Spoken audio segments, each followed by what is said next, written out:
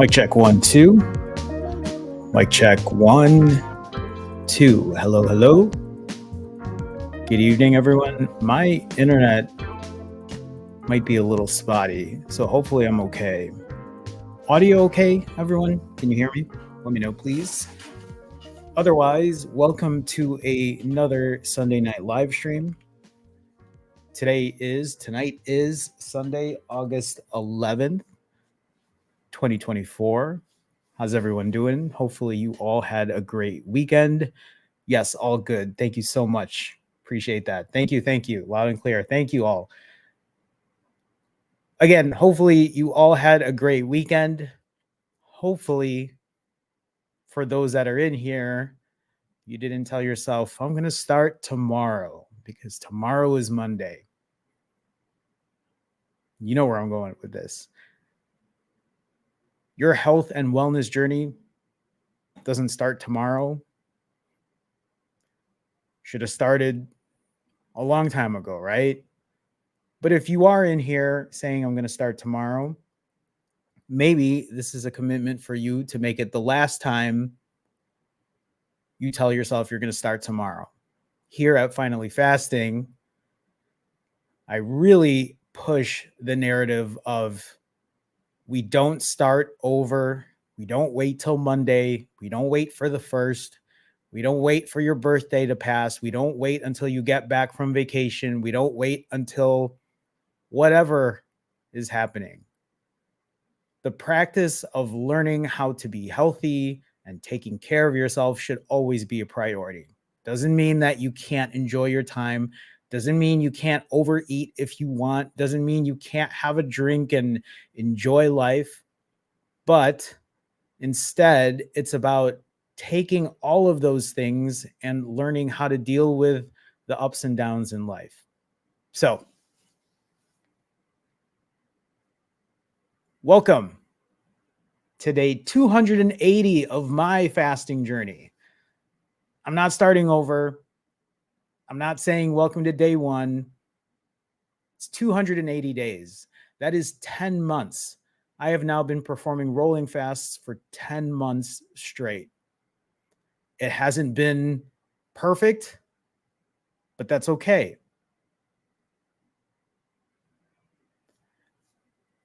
I lost 80 pounds in the first 5 months, and I have now kept it off for the last 5 months. There are a lot of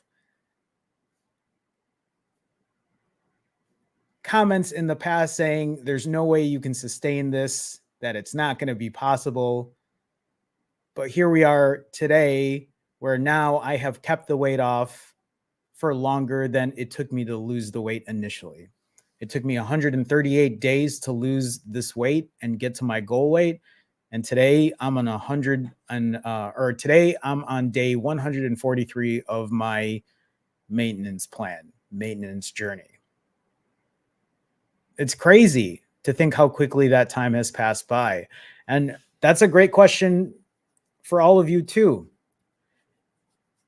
Where would you be if you had been on this journey with me for the last 280 days, for the last 10 months, for the last 40 weeks? Think about it.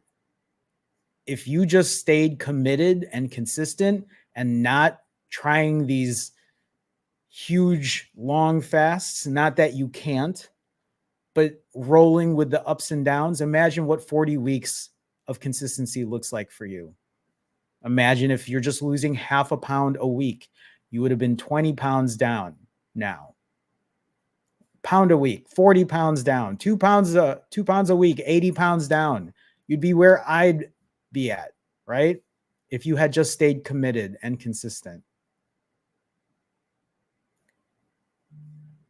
I know I probably sound like a broken record every Sunday, but I feel like a lot of us need that constant message. That message of, hey, why are you waiting until tomorrow? Why are you waiting until the weekend's over?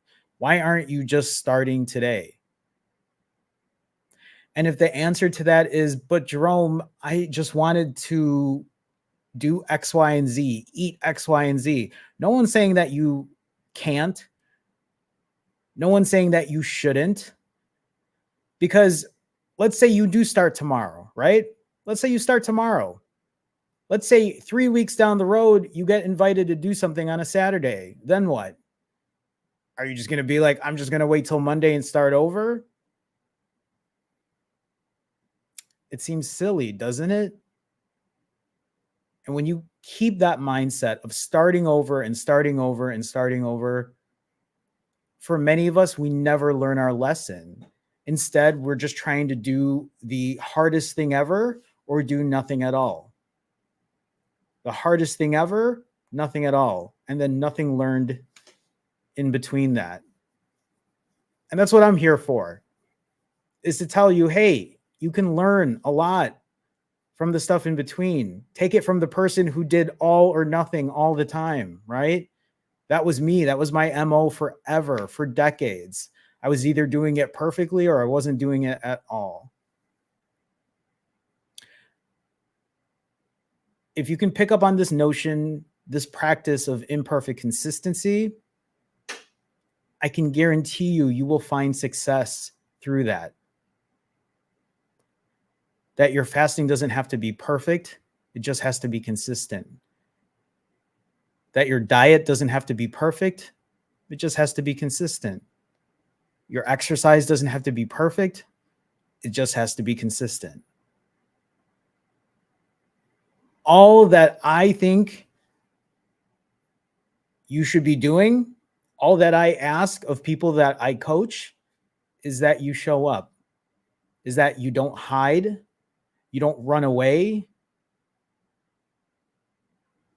Because again, that has been my MO forever. When things don't go well for me, the first thing I do is I try to hide. I try to run away. I try to say, I'm not going to do this. I'm just going to deal with this on Monday. That is that slippery slope that leads to this downward spiral of, I don't want to call it failure, but when you find yourself digging yourself out of a hole every weekend because you say, I'm going to start on Monday, and then come Wednesday or Thursday, you're starting over. Something's got to give, right? You're going to have to change what you're doing if you want to be able to sustain some type of consistency, some type of success. But we'll talk about that. I want to remind people this is an accountability live stream. I want to remind people of that. This is a place for you now to share your accountability. This is a place that should be safe for all of us. I have this live stream on Sundays because this is my way of being accountable to all of you. So take this time, if it's helpful, and share where you're at in chat. Let us know how you're doing. Let us know if you've had progress. Let us know if you've been slipping up. Because this isn't a place where all we do is share our successes all day, every day. We all mess up, and it's okay. And it's okay to be imperfect. One of the things that I have really pushed on people I coach is to let them know that you have to start accepting imperfection, to be okay when you don't fast for as long as you intend to be okay with overeating once in a while, to be okay if you miss a day at the gym. Instead, what else have you done on the day that you messed up that has kept you going? Have you shown up? Have you been consistent on the other things you're taking care of in your life? Have you stopped hiding? Have you stopped running away? Have you started to show up time and time again? That's where it really counts. That's where you learn. That's where you learn from those mistakes. I know a lot of people who might be new here might start asking questions in chat, and I will remind you, please hold your questions until the end. I don't answer Q&A until I go through everything here. And I have a lot to talk about today because, I mean, number one, this is 10 months of rolling fasts, but two, I'm about to embark on a different journey fasting wise. And I'm a little scared of that, but I'm going to get into that. First, though, I want to go over my last fast. Every time I finish a fast, every time I complete a fast, I always put a video out. Yesterday, I finished a fast and I refed, and I didn't get a chance to share that. And because I need to be honest, I need to be transparent, I need to let people know what I've been doing. See, this is where it goes both ways, right? The reason I post videos every other day or every day or post whatever is because I need to be accountable to you. Without that accountability, I would not be able to keep this weight off. Without that accountability, it would be very easy for me to hide. There are probably many of you here that probably don't even know that I finished a fast last night, that I refed last night, and I could easily hide that. But and it's not like I did anything bad, right? But I know that if I don't show that accountability, if I'm not transparent with what I'm doing, me, who has issues when it comes to food, who has issues when it comes to hiding, when it comes to me having issues of running away, I have to be completely transparent with what I do. So I'm going to take some time and I am going to share my last fast.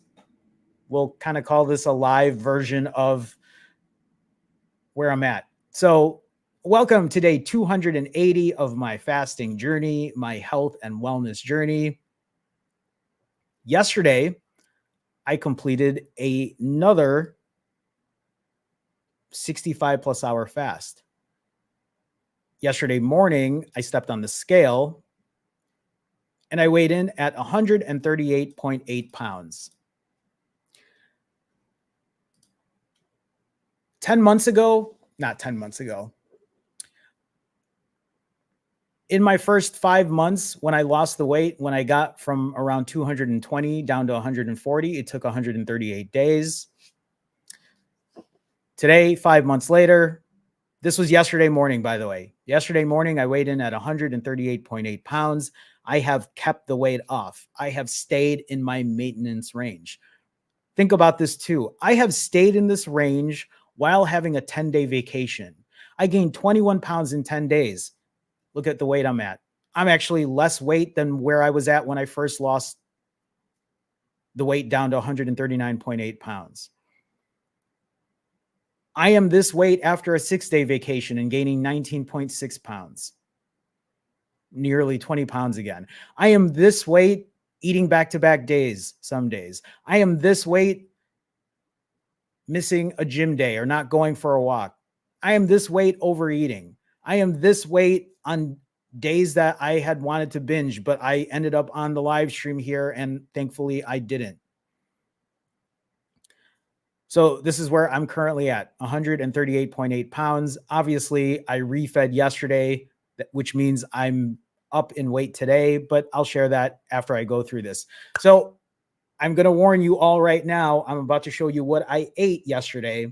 So if it is triggering for you, if you can't watch, by the way, there's no audible sound of me eating. I just want to share the food I ate because I'm trying to be transparent, right? So this is kind of weird. I don't think I've done a live version of me eating and sharing what I've eaten. But if it's triggering for you, if you can't watch somebody eat because it might trigger you to eat if you're currently in a fast, I would say, hey, maybe skip out for the next 5 to 10 minutes or so. But that's your warning because I'm about to move on with that. This was me yesterday. I finished a 66-hour and 17-minute fast. So I completed another 65 plus hour fast. This is me sitting at a Filipino restaurant here in Chicago yesterday. So 66-hour fast. I'm going to share with you my refeed. I started my refeed with, this is called Lumpia Shanghai, which is like these tiny egg rolls that are made of like ground beef or ground pork with spices in it. It's pretty much like a meat egg roll. Sweet and sour sauce, that's what I broke my fast with. I'm going to remind you, just because I eat this way, just because I broke eating Filipino food doesn't mean that this is the way you should eat. If you eat clean and healthy, that's fine. I try to eat as clean and healthy as I can, but when I go out to eat, I go out to eat. I should actually switch this view so that you can see this better. There we go.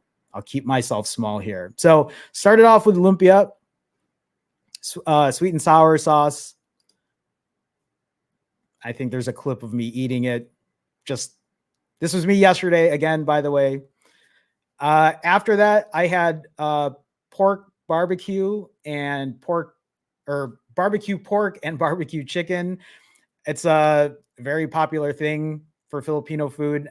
Usually I'll eat this with rice, but barbecue pork, barbecue chicken on a stick, they're amazing. They taste great.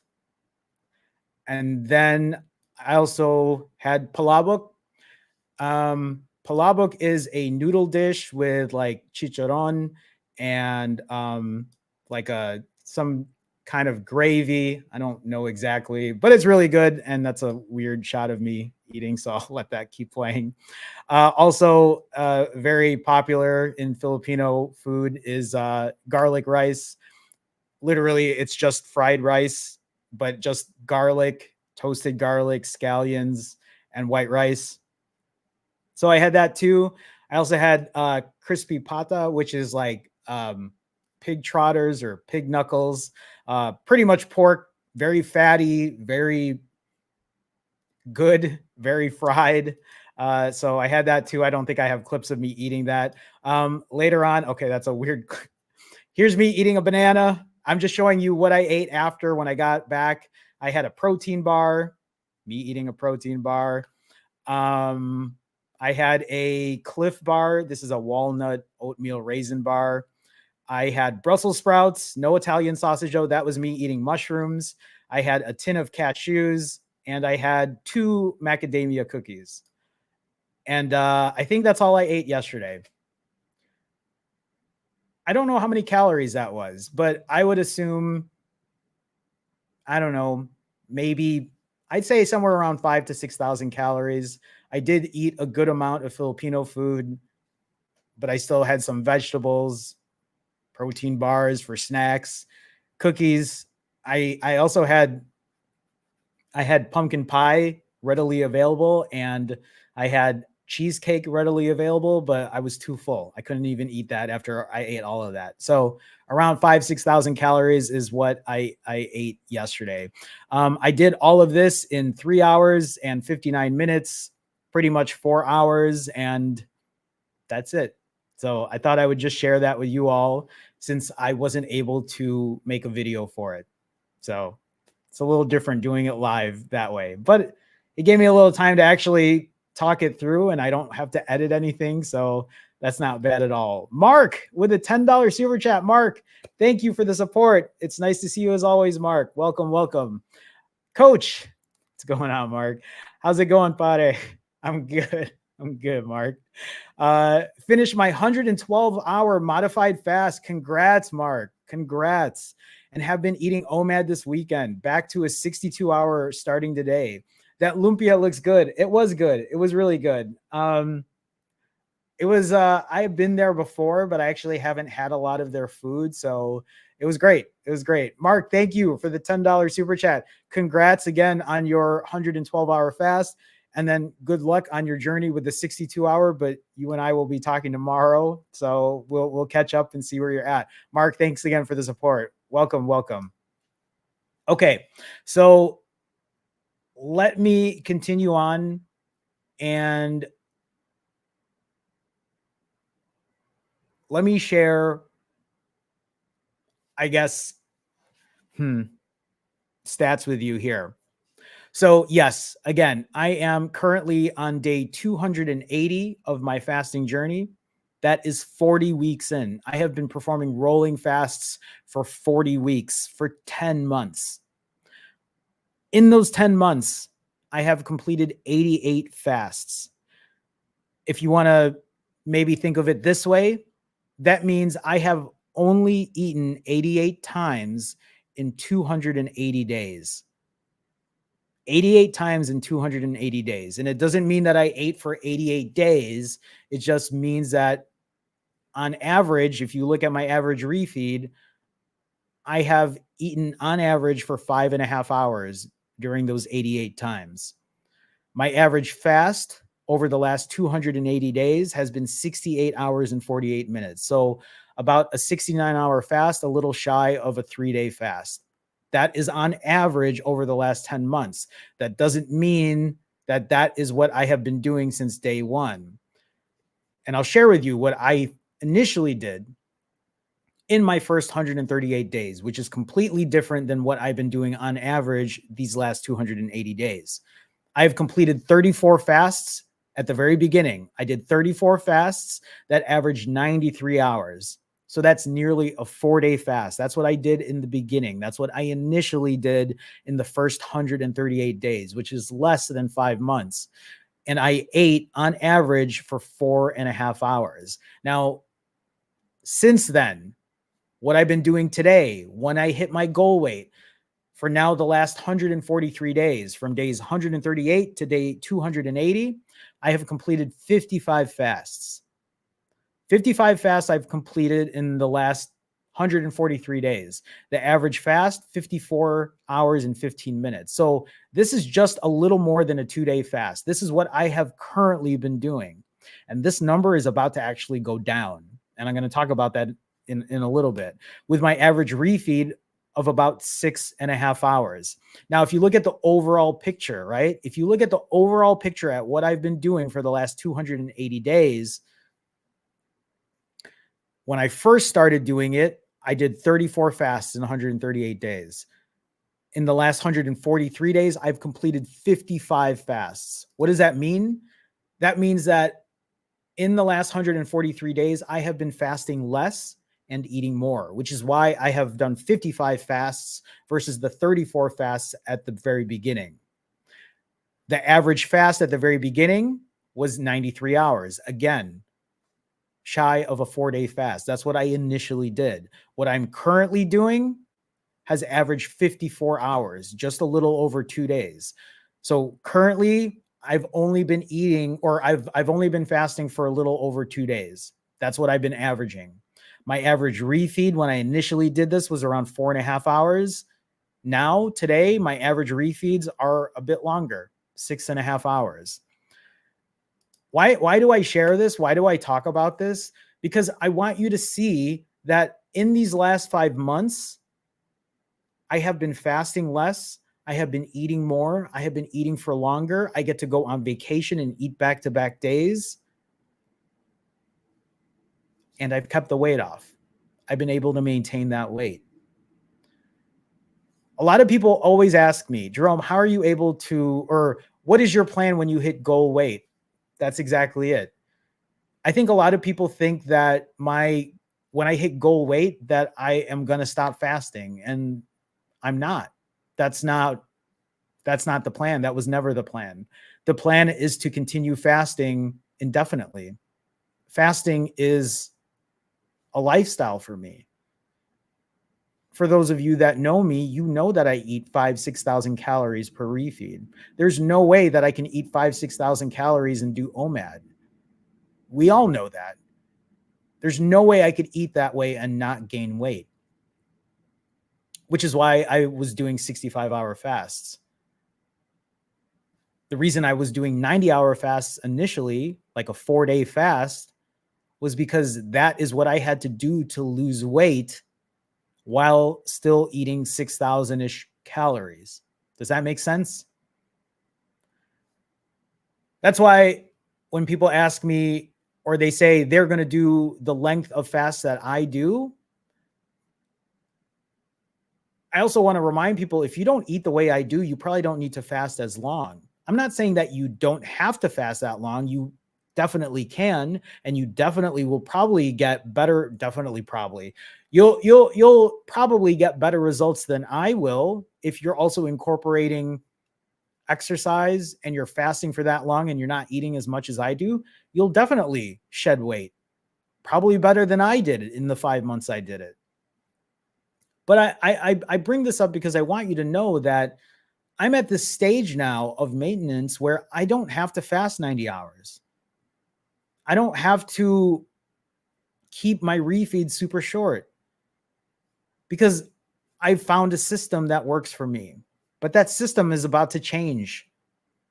And I'm a little scared about that change. And I'm going to talk about that in a second after I say thank you to Avdi with this $5 super chat. For a second, I lost my train of thinking there. Avdi, nice to see you as always. Thank you for the support. Great seeing you.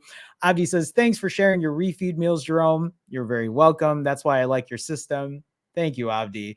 Day 196 update.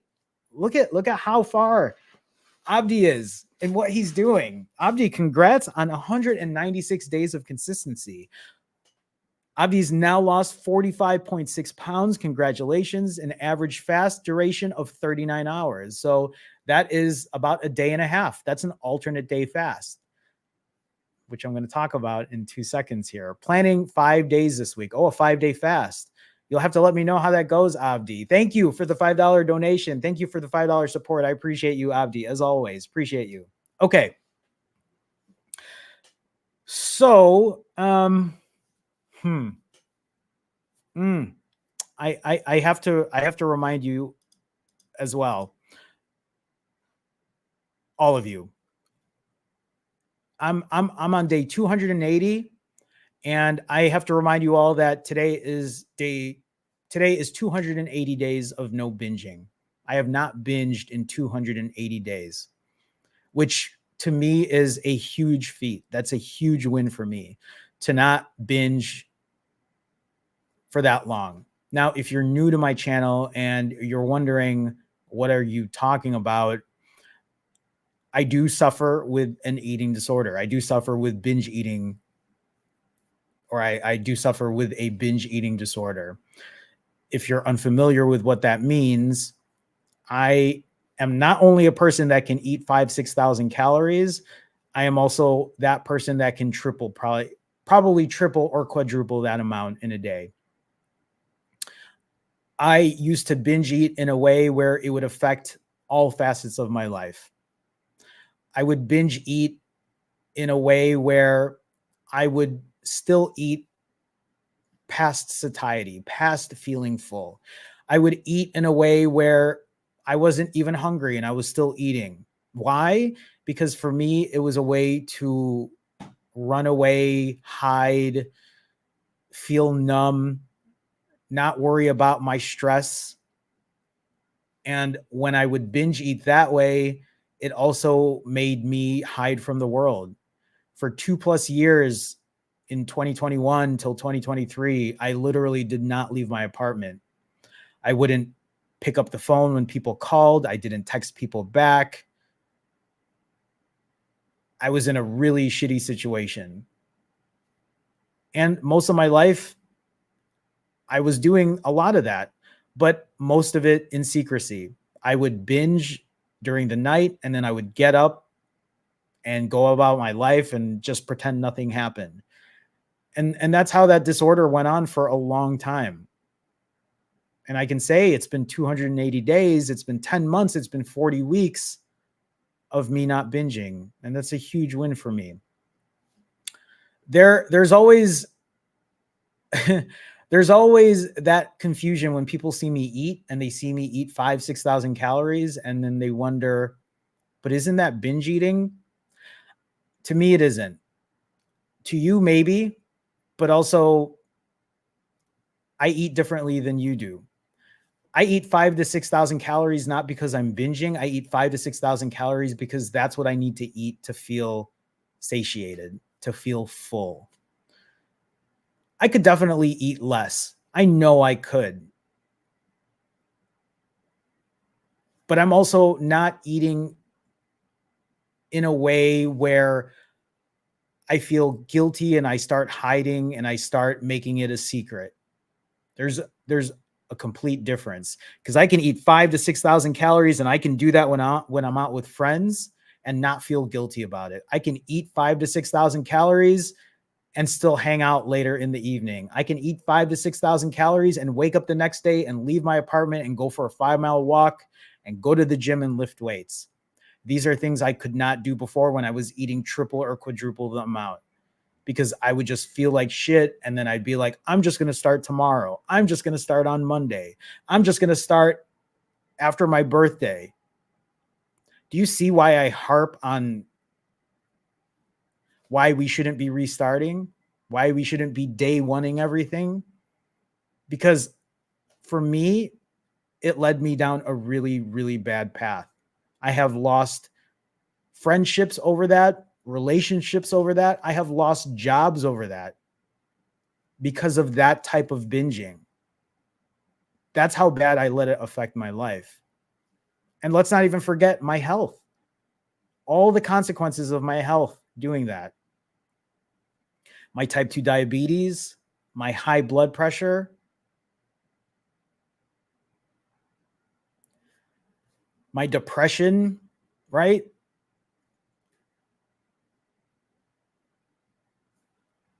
I'm glad I'm in a place where, I mean, think about it. I ate all that food yesterday, right? I ate all that food yesterday.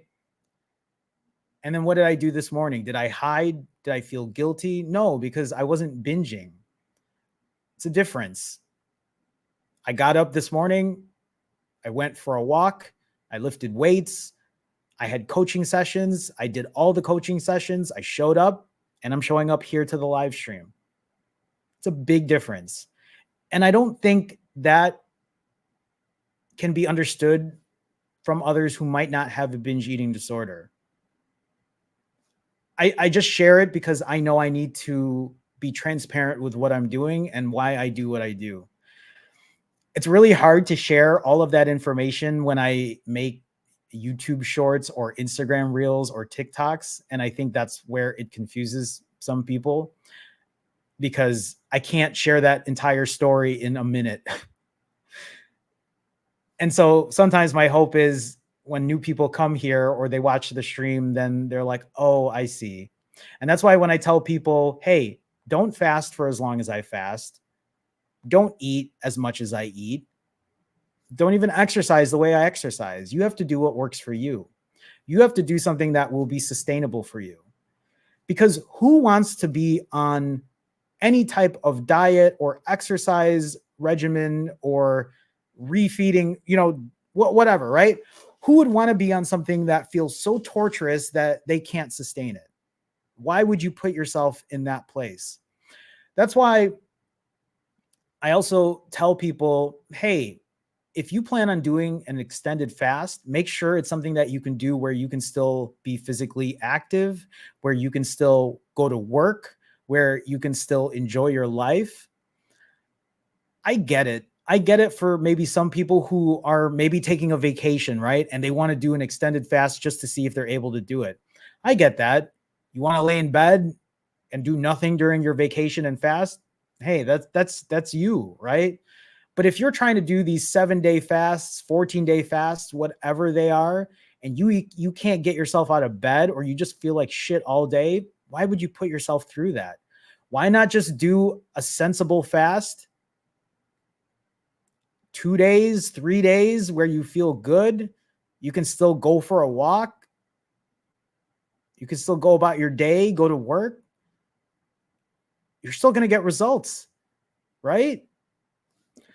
I get it though. I mean, I did an 11-day fast. I've done 1-week fasts. I know what it's like to push. I know what it's like to want to see the scale go down. I know what it's like to try to beat the clock. And by beating the clock, I mean trying to get to a certain weight because you have something going on. I mean, the entire reason I started this fasting thing in the first place was because I wanted to look good for a wedding in 2019. And I lost 50 pounds in 78 days, 73 days, I think it took me. Surprisingly, I did it faster the second time around, most recently, when I lost the 80 pounds in 5 months, less than 5 months. Okay, so with all that being said, yes, I do suffer with an eating disorder. Sometimes I wonder, am I cured? But I also know the answer to that is no. There's no way that I feel even remotely close to cured. What I do feel like today is I feel like I'm in control. I feel like I have a lot more control with the way I eat, with the way I fast, with the way I diet, with the way I exercise, with the way I feel mentally. And you know why? You know why I feel like I'm in control, or why I feel like I have more control?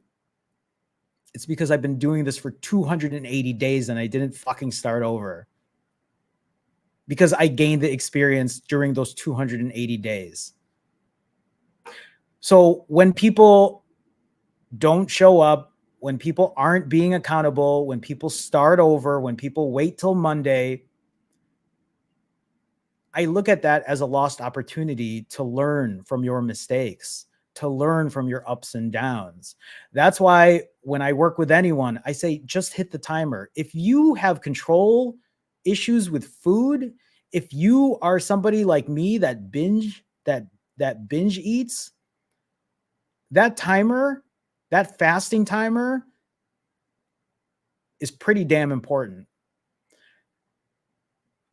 I hit that timer even when I'm on vacation, even when I went on my 10-day vacation, even when I went on my 6-day vacation, even if it was a 10-hour fast, I still hit the timer. Even if my refeeds were 12, 13 hours, I still hit the timer. I still recorded it all because I wanted to be accountable for my actions. Even if I overate, I still hit the timer. Why wouldn't I? It's the least I can do so that I'm still mindful about what I'm doing. To me, it gives me control. The same reason I post videos on YouTube every other day, every day. The same reason I just shared with you what I ate, the same reason that I shared with you what I weighed on the scale. Do you realize it's been 280 days? I have literally recorded myself stepping on the scale in 280 days. I do it even though I don't show it on video, I do it because I know that's my accountability. The same reason during my intros, you see me in those 138 days walking. You know how weird it is to be like this as I'm walking down the street in Chicago. Well, I don't know. Maybe it's not as weird anymore, but it's not something I wanted to really do, but I'm glad I did it. It's my way of being accountable. Sometimes people ask me, Jerome, how are you able to get the motivation to keep doing it? It's this accountability. It's being transparent. Without doing that, there's no way I would have been able to keep this up. I've said this many times. If I stop posting on YouTube, if I stop posting on Instagram, if I stop posting on TikTok or Facebook, if I stop posting and if I stop sharing my accountability, if I stop being transparent, I can promise you there is no way I would keep this weight off. I need this. I need to be honest about what I'm doing. I have spent the last 40 plus years hiding, being shameful, keeping those secrets in. When people ask me, how are you able to do this? It's because of this accountability. It's because this is freeing for me now. It doesn't feel shameful anymore. There's no more shame in what I'm doing. That's why when I tell people this is what I eat 6,000 calories. I sometimes eat more than that. There's no shame in that. That's why I have no qualms when it comes to what I'm doing when I fast or how I fast or what I do, right? I'm completely honest and transparent. And I do feel like that is part of my success, a big part of my success. And maybe that's what some of you need. Maybe some of you need that accountability, which is why I'm guessing many of you show up on these live streams, why I'm guessing many of you share what's happening in the chat or in the comments when you watch this later, because you want to be accountable too and be like, hey, me too. This is where I'm at.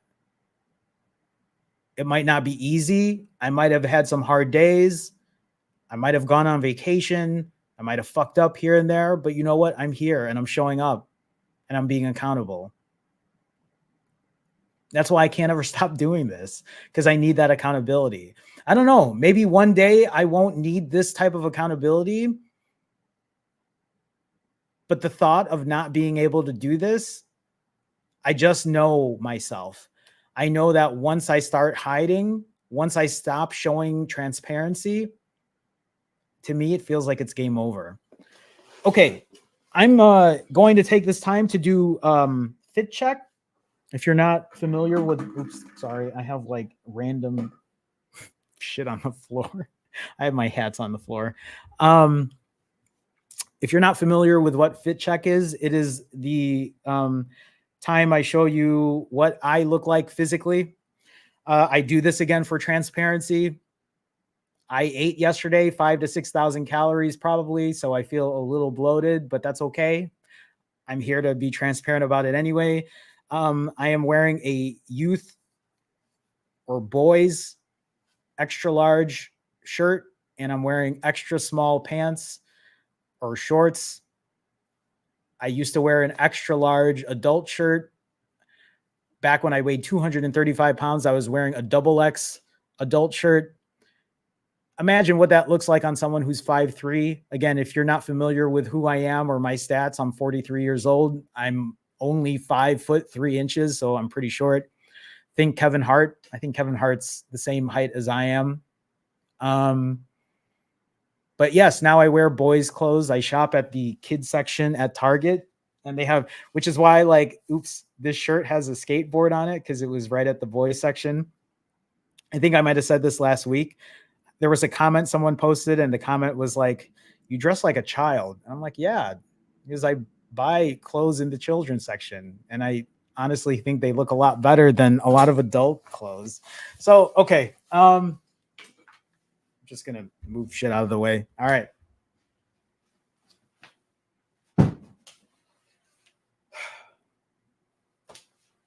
Purple shirt, pink shorts, white socks. Again, a youth extra large. This is a size extra small shorts. These are adult shorts. I forgot to put my belt on, but you know, it's fine. Yes, I wear a compressed shirt underneath. This kind of helps with the loose skin. And yeah, that's it. That's fit check. I do, because I was talking about the compressed shirt or the compression shirt and loose skin. Yes, I do have loose skin. For people who might be new to my channel and are unfamiliar, I have loose skin on my neck. I mean, you see it here. This is probably the most self-conscious I am about my loose skin because I can't really hide it. I could grow a beard and that could maybe help a little bit, but I've been kind of doing the mustache lately. But yes, I have loose skin on my neck. I have loose skin on my upper arms, right? Although I feel like, oops, yep, right here. I feel like this has gotten a lot better since I've been, I'm like here trying to flex, since I've been lifting a lot more. And I want to remind people of that too. Like, yes, I have been lifting. I've been doing cardio since day one, since I've been fasting. Yes, I have done cardio, and yes, I have lifted weights during a 90-hour fast, during a 165-hour fast.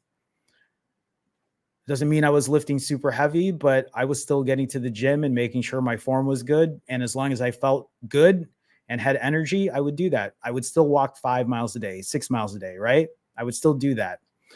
And I'm still doing it to this day. And now that I get to eat more often, I get to lift much heavier at the gym, which is great.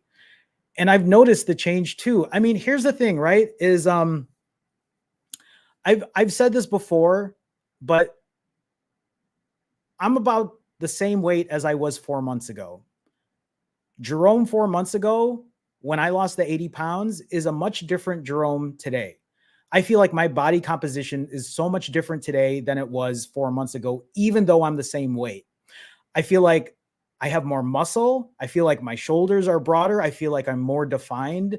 I mean, I can't even, I wish I could show you. I don't know if I can. No, I like my legs are so vascular at this point. Like, it's just weird. And when I say vascular, like, it's the veins, right? Like, I'm not used to seeing like vascularity on my veins. I know, like, I've been 80 plus pounds forever, right? I have never, and so like to see veins on my legs and arms is weird to me. It's so weird to me to see it because I'm just not used to it. And I don't think that's something I had when I first lost the weight. I do feel like I have put on more muscle and continued to lose more fat. And the only way to get to this point is by doing. I'm talking to all of you. It isn't just about losing this weight. I want you to think about this as well. It's not just about the scale. So many of us are obsessed with what the scale says, but I'll tell you right now, if you can get yourself to the gym and lift weights and maybe start taking a look at putting on muscle as a priority, I think you will reap the benefits of that. I'm not saying you have to do it, and I'm not saying you should do it if you're feeling weak while you're fasting, but for some of us, maybe it would be great to make that a priority in what you're doing. I'm about to change up what I'm doing, and I'm going to talk about that in a second here. But I want to remind you too, I'm where I'm at today, not because I'm on any meds, not because I've had weight loss surgery or because I'm on Ozempic, like a lot of people will write in the comments. I don't take diet pills. I eat whatever I want when I refeed. I got to where I'm at right now through fasting. That's what I did through fasting, through working out, and through learning the process over time, refining my diet over time, refining the way I exercise over time. And this isn't a knock on anyone who is on Ozempic. This isn't a knock on people who have had surgery, right? It's not a knock on them. I just want to share and let people know that I haven't done anything except fast to get where I'm at. And you're talking to somebody that has been 80 pounds overweight, 100 pounds overweight for almost his entire life. It took me until 40 years of age to get to my goal weight. And then to only gain it all back and have all that weight added back onto me for 2+ years. And then to lose it all again. But every single time I did it, it was only through fasting without any other kind of assistance. I don't take supplements. So I don't take protein, right? I don't take protein shakes. And I'm not saying like I eat protein bars because I think they're good, but they're also a good alternative than eating a candy bar, right? So, and I think that might change in time too as I start to lift more. But again, no supplements. I don't even take electrolytes while I fast. Not that you shouldn't. I'm just saying what I do, right? I don't count how much water I drink. I just drink when I'm thirsty. Now, I repeat a lot of this, but I'm saying it because I know there are so many of you that ask the same questions. How much water should I drink? I don't know. I can only tell you I just drink when I'm thirsty. Should you take multivitamins? I don't know. I don't take them. But I can tell you that I just had my blood work done about a month ago and I had no deficiencies in my minerals or vitamins or whatever, even during my long fasts, right? My sodium was good. Like, even though I don't take electrolytes, my sodium was normal. My potassium was normal, right? So I'm not saying you shouldn't do any of these things or you should or you shouldn't. I'm just sharing with you my personal journey, right? What I've done and what's worked for me. Currently, where I'm at, I am currently, if I can show you here, I am currently 22 hours and 21 minutes fasted. So because I refed last night. So I'm currently working on a shorter fast. And I'm going to talk about that today. So I've decided after doing this for 10 months, I'm about to transition into alternate day fasts. Now, I have done this before in the past. If you're familiar with me and you've watched a lot of my content, I was doing 90-hour fasts for the first 5 months. And now for the last 5 months, I've been doing 65-hour fasts. So I was doing about 4-day fasts. And now I was doing about 3-day fasts. And now I'm about to eat every other day. That's what an alternate day fast is, meaning you fast for one day and then you eat for the next. Now here's the caveat with what I'm doing, right? So I'm tomorrow's going to be my first alternate day fast. I ate yesterday, I'm fasting today, and I'm going to eat tomorrow. And that just sounds weird to me because I've been at least putting 2-3 days between eating for the last 10 months. So the fact that I get to eat every other day is exciting, but also scary. Why scary?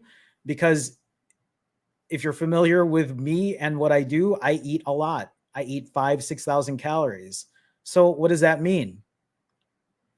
That means I have to start controlling how I eat. And this is the next part of my journey. And this is probably going to be the hardest part of my journey, is controlling how I eat. I have noticed the way I eat has changed a lot. My diet has changed so much. If you don't believe me, go watch my episodes of Refeed back in 2020. Look at what I used to eat then versus what I eat today. And if you say, well, Jerome, I've seen you eat pizza and like, sure, of course I do. I go out with friends and I eat whatever I want. But for the most part, when I do Refeed and I'm eating at home, it's fairly clean to an extent. But I'm going to have to clean it up even more when I start doing these alternate day fasts. Now, when it comes to alternate day fasts, alternate day fasts usually hit the 36-hour mark. 36-hour mark, I believe, is what I would consider a minimum of 36 hours is what I believe is an alternate day fast. One day is 24 hours. Add 12 hours to that, 36 hours. But I want to do a minimum of 42. So my alternate day fasts will be 42. 42, if you've heard that number before, it's because that's what I used to do. Now, here's the thing. I don't think I'm going to be doing 42, 42, 42, 42. I don't think I'm going to be doing that. I think right now I'm going to be doing 42, 65, 42. 42, 65, 42. I will probably start adding more 42s here and there. But this is a big change for me because maybe during my 65-hour fast, I can go ahead and eat 6,000 calories. But during my 42-hour fast, I'm going to have to really limit how much I eat. How much am I going to limit? So if I've normally been eating on average 6,000 calories lately per refeed, my 42-hour fasts, I think I can 4,500 is probably the max. It's probably going to have to be less than that, honestly, if I think about it, to keep the weight off. I currently weigh at 138.8 pounds. After yesterday's refeed, I jumped back up to 144.4, which is, what is that? About a 5.5 pound gain. So the thought of eating less, cutting my calories by 1,500, or maybe even 1,750 or even 2,000 is a little scary to me. I can't eat a tin of cashews every day or every refeed when I'm doing 42-hour fasts. I'm going to have to at least cut that in half or maybe more. I'm going to have to be okay with eating less. This has to happen. It honestly does. Part of what I'm doing, because listen, I could keep doing 65s forever. And maybe one day, if I can't do these 42s, that's what's going to have to happen. But I also know that I have to keep bettering myself. I have to keep doing things that will benefit me. I have to keep being healthy or strive to be healthier, right? I say this, it's no different than me trying to exercise better, trying to lift heavier, trying to learn new routines. I have to learn how to do other things. And what this might mean too, maybe during these 42s, maybe that's when I eat keto. Maybe that's when I do carnivore. And I don't think I'm going to do it every single time, but I do have to change what I'm doing. The diet part, when I talk about the levers of fasting, right? I'm really fucking good at fasting. My lever is like sky high. My exercise lever is pretty high as well. I'm pretty good at walking, riding my bike, lifting weights. I'm pretty good and I'm pretty consistent with that. Fasting, great. Exercise, good. My diet is still pretty low. I have gotten better in terms of my eating, but when it comes to calorie consumption, that's the hard part for me. And that's the part I'm about to face. And I will share all of that with you. Here's the bonus of me doing 42-hour fast. That means I get to eat more, But that probably also means that I will start sharing more eating videos. I know a lot of you have been asking for eating videos. I know a lot of you miss watching those episodes of Refeed. So you might get the opportunity of watching me eat less calories and me probably complaining about it, because I think I'll start sharing, if I'm still hungry, how I feel. And if that means upping the calories to 5,000, maybe, I don't know. I don't know what this is going to be like. This is going to be a very, very different thing for me, and trying to be okay with it. So it's a little scary, but this is going to start tomorrow. So tomorrow I'm going to do a 42-hour fast, and then I'm going to do a 65-hour fast, and then I'm going to fall right back into another 42, which would land on a Saturday. My second 42-hour fast will be on a Saturday, but that Saturday I'm going somewhere, and I'm going to be eating lunch, which I typically don't do. I usually only do it for dinner. So I'm going to have an extended refeed that day. And then I'm going to do another 65, and I'm just going to see where the weight goes. If the weight starts to go up, I'm going to have to keep doing 65s and get myself back. But I'm going to have to learn. This is another part of the journey for me. This is a completely different part of what I'm doing. And it is very scary. Like I'm scared of doing this, but I know it has to be done. But that's also why I have to be accountable, right? I have to share what I'm doing. I have to show you all if I can do it. And we'll see. I think some of the concepts I'm going to try to take out of this is learning how to eat keto, learning maybe how to do carnivore once, right? Or share it and see how I feel. And be okay with not eating other foods that I like to eat during my refeed days. I might start looking into other alternatives when it comes to eating, instead of eating pumpkin pie or cheesecake, right? Maybe I look at different alternatives that are less caloric, but can still be filling. Oh, it sucks thinking about that, thinking that I can't just eat what I want every single time, but I know I will get to that. I know I'll get there. Lux the Goat 313 with a $5 super chat. Lux the Goat 313, thank you for the support. Glad I found your channel a couple days ago. I'm glad you did too. Welcome, welcome. Great transformation. Thank you so much. I appreciate that, Lux the Goat. And glad you do live streams every Sunday at 7:30 Central, 8:30 Eastern. I'm excited to start fasting. Lux the Goat, you'll have to keep us posted on what you're doing. Please let me know. Thank you for the $5 super chat. Thank you for the support. I appreciate you. Thank you so much. Legendary Bastard, I have not seen you in a minute, with a $5 super chat. Legendary Bastard, thank you so much. It's nice to see you. Jerome, you're amazing and an inspiration. Thank you. I appreciate you. This whole not starting from day one every time we fail is the best advice ever. I'm glad. I'm glad that's helpful for you. I'm glad that, I think for a lot of us, we don't see that. We don't, I mean, certainly I didn't, right? It's taken me a long time to realize that.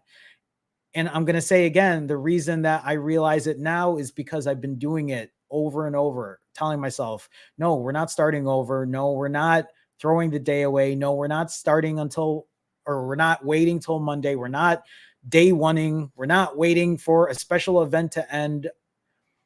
And I think it's getting ourselves out of that mindset where it can become more important. Thank you for all your videos. Legendary Bastard, thank you again for the support. It's great seeing you. Appreciate the support. Thank you so much. And before I move on, Ellie, or is it L? LB became a new YouTube member. L or Ellie, thank you. You'll have to let me know how to pronounce that. Thank you for being part of the Finally Fasting fam. I appreciate you. Where are my stickers? For anyone who is part of the Finally Fasting fam, can we throw some F's up for Ellie? This is a sticker that I plan on selling as merch one day when I can get the stupid website up. But yes, anyone who is a Finally Fasting member, can we throw some F's up for Ellie? If you don't know where that is, it's in the, for people who are part of the Finally Fasting fam, you all know you have special emojis that you can use, right? So there we go. Girl Honey is sharing that. So anyway, Ellie, thank you so much. Appreciate you. L like Legally Blonde. I have never seen that movie, so I don't know if it's L or Ellie still. I'm not sure. Okay. Um, you'll have to let me know. Okay. Uh, moving on. Yes. So that is the plan. I'm about to start doing alternate day fasts. For any of you that are doing alternate day fasts, this might be a really good opportunity to maybe do them with me. What I might start doing is just sharing what my next move is. So then, like, if you want to do an alternate day fast or a 42-hour fast, you could be like, yeah, I'll do it with you. One syllable. Got it. L. Thank you for being part of the Finally Fasting fam. Thanks. Yeah, but I'll share that with you all on what my next fasts look like. Okay, it is time for Q&A. So I am looking at Buenaventura Felice with an 8:39 p.m. comment. Anybody that asks after that, I will answer questions. I might not be able to answer everyone's questions, but I will try. So please ask them now as I take some time to share with all of you the coaching portion. Yes, I do offer coaching for anybody that might be interested. If you are looking for coaching when it comes to fasting, when it comes to weight loss, when it comes to accountability, I do offer that. You can go to the link here, or you can find the link in the description. What is a coaching session like? Pretty much you and I talk one-on-one. It's a Zoom call. We talk about where you're currently at, what your goals look like. We talk about putting a plan and a strategy together. I learn more about you. We talk about what those goals are, but also if you have issues when it comes to eating. Do you have control issues? Is there an emotional part to it? Do you stress eat? I know some people don't like to talk about that, but I know a lot of this is interconnected. Me especially. And we don't have to talk about it either. I mean, for people who just want to talk about plan and strategy and just make sure you can be accountable, that you show up, that you know you have. Here's the thing. I say this a lot now. Yes, I work as a coach, but I also work as an accountability partner. When I coach anyone, they're my accountability partner. I'm their accountability partner. Don't forget, I'm always fasting. I can't ever stop fasting. I have to be accountable to you, to my audience. And sometimes think about this, right? Think about it when you are, let's say, about to start an exercise routine and you're doing it by yourself, or you're about to get on this diet plan, a fasting plan, and you do it by yourself. Now think about it when you do it with a friend or someone that you're close to or someone that understands, right? Sometimes that can be a lot more helpful. And I'm not even saying that you have to do it with me.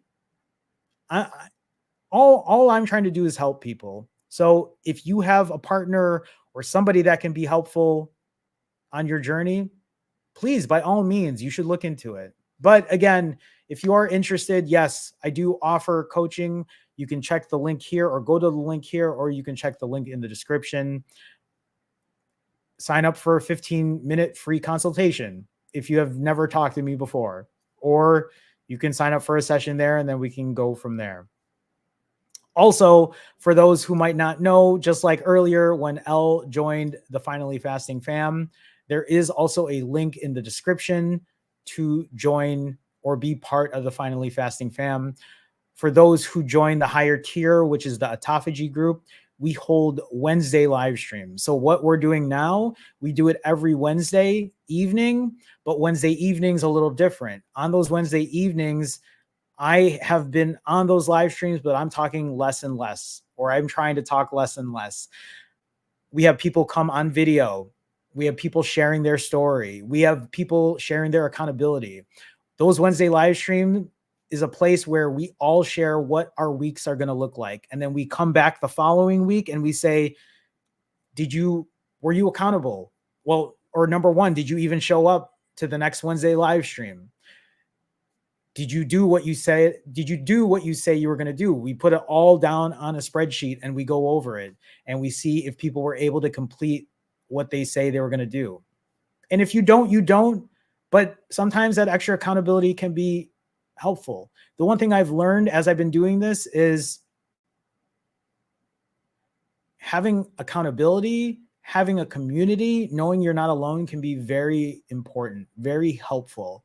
So if that's something you might be interested in, please consider. You can check the link in the description for that. So that's all I got. I'll go ahead and I will answer questions at this point. Girl Honey asks, Jerome, do you really think you ate 5,000 calories last night? It didn't look that way. So it didn't look that way, but the noodle dish I ate and the pata, which is just like pretty much pork meat and pork fat. Not only did I I ate the rice and I ate the egg rolls and the barbecue chicken and barbecue pork, but I also went for seconds. I ate it at the restaurant and I ate some more later in the evening. Maybe it was less. And if it was less, that would be great. But you might be right. It could be less. And if it was, I'll take it. I mean, that's a win for me. And the thing is, though, I weighed in at 138.8. I weighed in this morning at 144.4, I believe is what I was at. And so that is a, what is that? That's a 5.5 pound gain. Usually I gain somewhere between 5 and 6 pounds when I do eat that much, but I don't know. It's also, I did eat a lot of rice. And so maybe that's why I gained more weight as well. So that's a great question though. Girl Honey, thank you. Thank you for the question. Westfield 90 asks, Jerome, what drinks do you have while on a fast? So I've said this many times. Coffee, yes. Dark,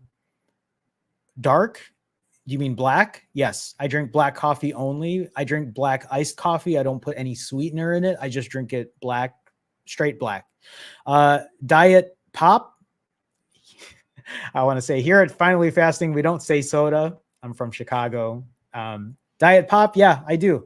I don't drink it every day, all day, but I do drink it on occasion. Some days, though, I do drink it every day. But yes, I do drink that. Juices, I don't drink any juices. I drink 0 calorie. So I will also have unsweetened tea, unsweetened iced tea. And that's pretty much what I drink. Even though I don't take electrolytes, I do drink those specific drinks. And it doesn't mean that you should, but if it's helpful for you, by all means. And here's the thing too. If your goal is to lose weight and it's helping you get there, I don't see why not. It also doesn't mean that you have to drink it forever either. If you decide I don't want to drink this anymore, who's to tell you otherwise? Why not? But if it's helpful for you, I would definitely do that. So thank you for the question. Okay.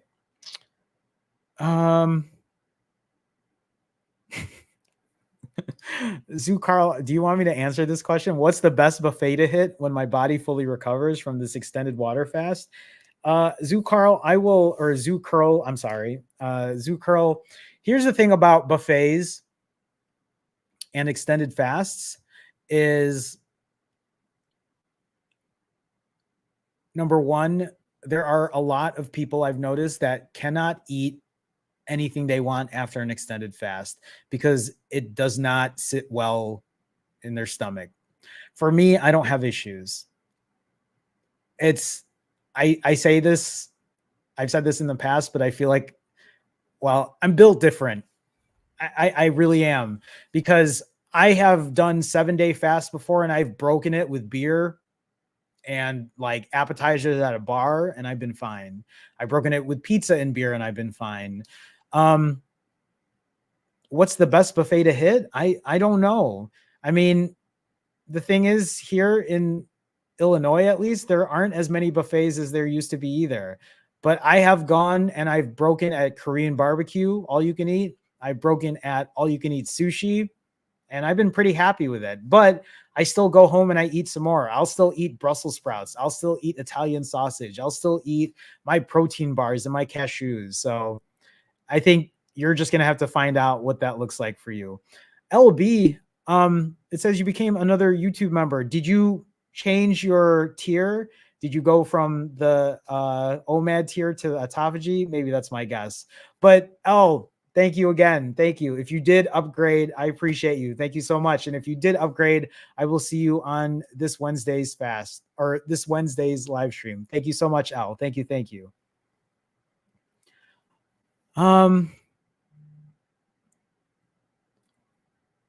Let me see here.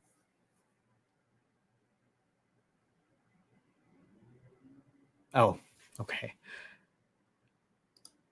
Dat Pie Life, you shared your blood work results. How much did fasting affect your cholesterol? So my cholesterol, I don't have my results from my last cholesterol, my last lipid, and I don't know if hold on, sorry everyone. Oh, you know what? I forgot. Shit. I was posting my story on Instagram and didn't upload. Give me 1 second. Why is this not uploading? Sorry. It's okay. Dat Pie Life, how much did fasting affect my cholesterol? That I'm not sure what my cholesterol was 3 years ago or whatever it was when I got my results. But after this finishes uploading, I will share my cholesterol numbers with you. Here's the thing though. And I've talked to somebody that I coach, and they have told me, and then I started looking into it, is sometimes those cholesterol numbers are not the most accurate way of looking at health markers. But I'll share with you my numbers, and you can take that for what it is. Okay. Let me go ahead and connect in here so I can just share what those numbers look like. Why is it not? Sorry, it needs Face ID to log in so I can pull my test results. Oh, that is not it either.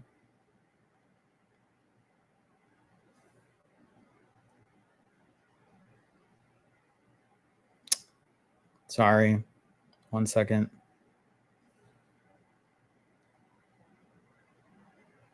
I can't log in. You can all talk amongst yourselves while I try to log in so I can share my numbers with you, because I don't know my numbers offhand.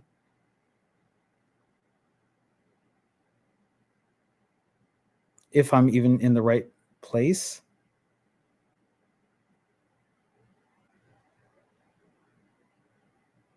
No, this is not correct. Why isn't it not giving me my, it's not giving me my numbers. Sorry.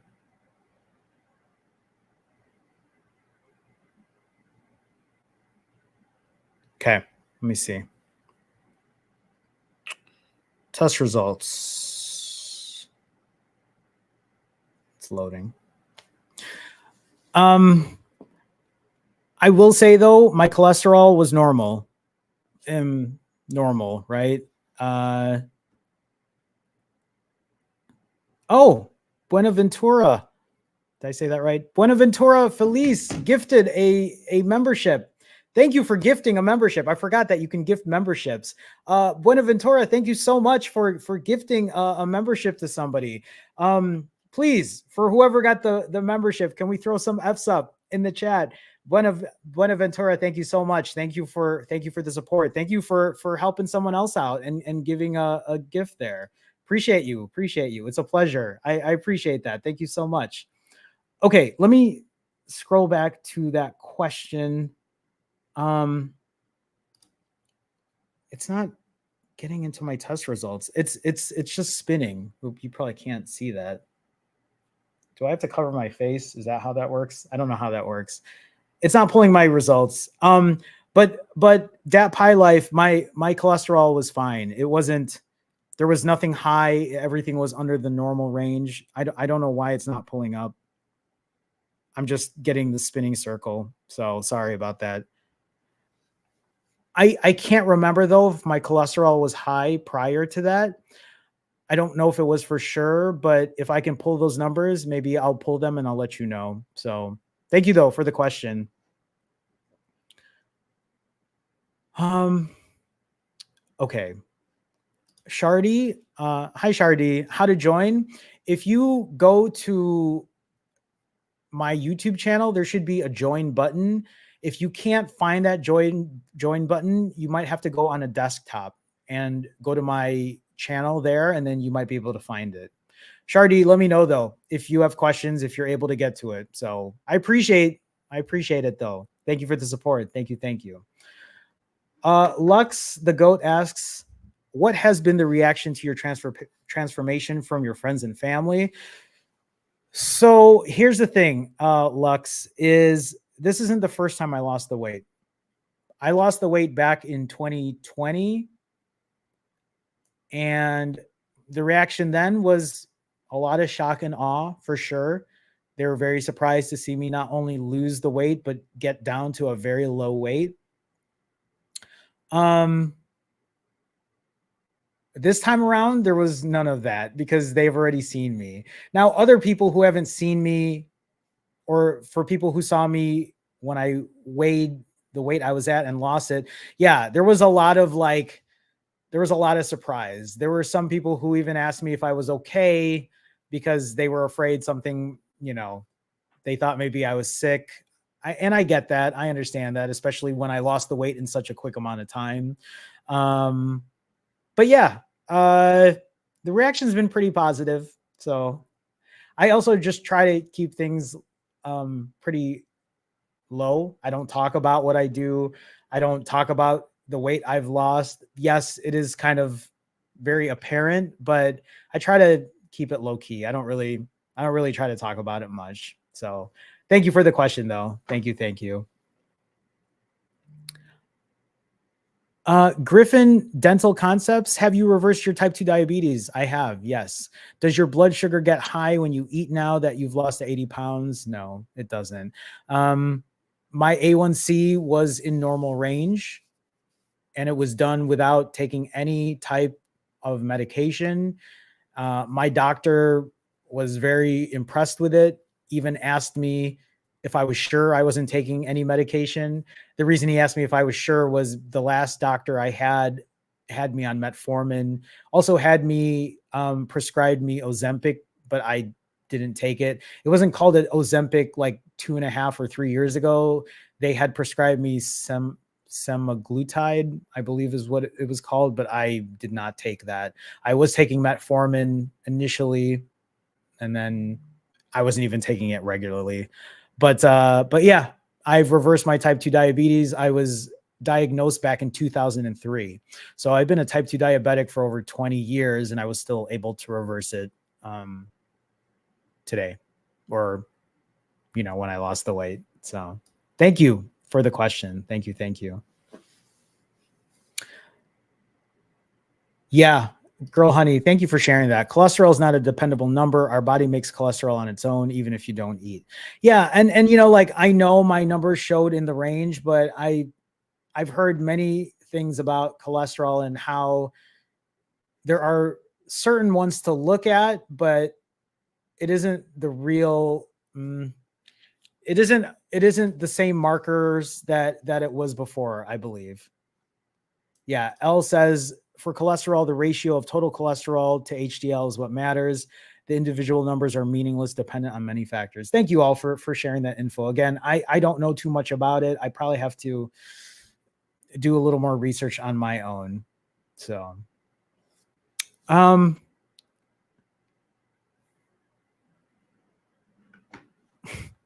Mad Solar. So I keep my private life very private, so I'm going to keep it at that. But would your eating habits change if in a relationship? My eating habits probably would not change either way. single or in a relationship, I do feel like I am very like my health is very important, right? I prioritize my health. It's my number one thing. And when it comes to health, um, nothing takes priority over that, right? So I don't think anything would change. I know people have asked this question before, like when it comes to dating or, right? Or social events. And the best way I can put this is I like to time things. So if I know I have somewhere to go or I'm going to eat somewhere or I'm going to have dinner with someone or whatever, I time it. I will either time my fasts so that they fall in line or I will move the dates around. A lot of friends, a lot of my friends, they just tell me, Jerome, are you eating today? Or Jerome, tell me when your next eating day is, or give me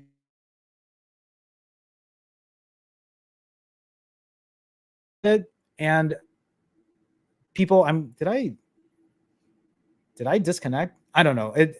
I'm getting like this issue with my Wi-Fi, so hopefully I'm okay. Um, most people understand my situation and they work around my schedule and they respect it. And even if there are events to go to, I will now flex and I'll, like next month I have to go to Wisconsin and it's probably not going to fall on a day I'm fasting or whatever, but I'm just going to make it work. And that's kind of where I'm at this point. I just kind of like work with my schedule if I can. And if I can't, then I just roll with it and keep moving. So thank you though for the question. Andre with a $10 super chat. Andre, it's nice to see you. Thank you for the super chat. Thank you for the support as always. It's great to see you. J-Man, ADF coming out of your mouth sounds so strange. It is. Again, for anyone that might just be coming in, ADF means alternate day fasting. And the reason Andre says change is I don't fast for those short amounts of time. I usually fast 65-hour fasts or 90-hour fasts. So I'm about to embark on doing ADF. I'm about to embark doing alternate day fasts. So I'll be sharing that with all of you on my journey. Good luck, brother. We're behind you. Thank you, Andre. I appreciate that. Also, those LA Lakers colors. Oh, well, no, yes, it's a purple shirt, but I'm wearing pink shorts. So I don't have yellow on. But thank you, Andre. Thank you for the $10 super chat. You know I'm a Bulls fan. You know it's red and black. That's what I wear. That's what I wear. Okay. Let me scroll back up here. Where am I at?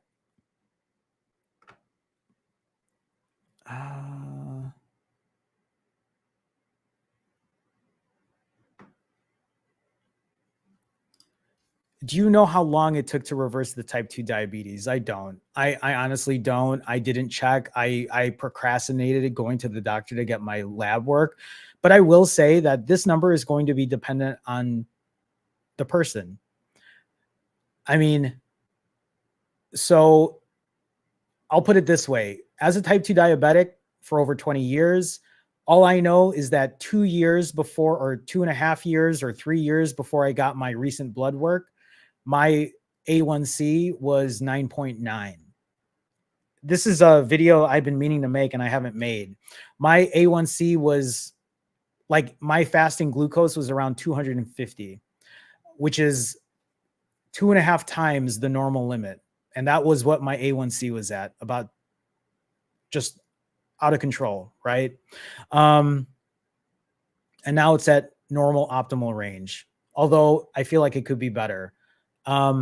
What internal changes did you notice? Internal changes in terms of how I was feeling or my type 2 diabetes? I'm not exactly sure what you mean by that question, but like, I guess I'll share changes. I wasn't as fatigued. A lot of that has to just do with losing weight. I wasn't waking up in the middle of the night to pee every 2 hours. That was probably a complication of my type 2 diabetes. I sleep a lot better. I'm not as hot. I'm not sweating all day. I can, be in a warmer temperature and feel fine. Um, my relationship with food has changed, but that has more to do with just me doing what I've been doing over time. I don't go through depression like I have in the past. That's changed a lot as well. My mental, like my mentality, my mental health is a lot better, but a lot of that has to do with therapy as well. Yes, I do go to therapy regularly. I've been going for a long time. I've changed a lot about myself. And you know what, this goes to explain and to show people too that this isn't just about fasting. This isn't just a quick fix, even though it can be. This isn't just about losing weight. This is about changing your habits. This is about the betterment of you, right? The betterment of me, working on the way I eat, working on the way I refeed, working on the way I exercise, working on my mental health. All of these things start to come together because they're all intertwined, right? They're all interconnected. So I don't know if that was what you were asking, Heckrod. I forgot to say your name, but thank you for the question, Heckrod. I appreciate you. Oh my goodness. What is this? What am I looking at here? A $50 super chat from One Day at a Time, MJ. I have not seen you in a minute. One day at a time, MJ. Thank you so much for a huge donation. Thank you for the generous support. Thank you for the $50 super chat. Wow, I appreciate you. Thanks for being so transparent and consistent. You're very welcome. I'll remind you though, I do this as well because I need it, right? I need to be transparent. I need to show that transparency. I need to be honest. Here's the thing about transparency too, is I need to not only be honest with all of you, but I do it because I need to be honest with myself. I need to remind myself that this isn't a joke. This isn't just something I can run away from. This isn't something that I can just hide under a blanket and pretend it didn't happen. I can't just ignore it. Like my health, my health and wellness is my number one priority. So One Day at a Time, MJ, thank you for the $50 super chat. Thank you for such a huge donation. I appreciate you so much. Thank you. And it's great to see you. It's been a minute. So thank you so much. Okay, let me scroll back up here. I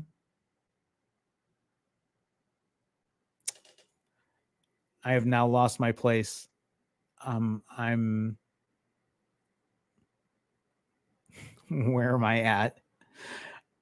One Day at a Time, MJ. It's all your fault. I'm just kidding. Thank you again for the donation. Thank you so much. Where am I at here? Okay, I think I'm almost. Okay. Looking at my other question.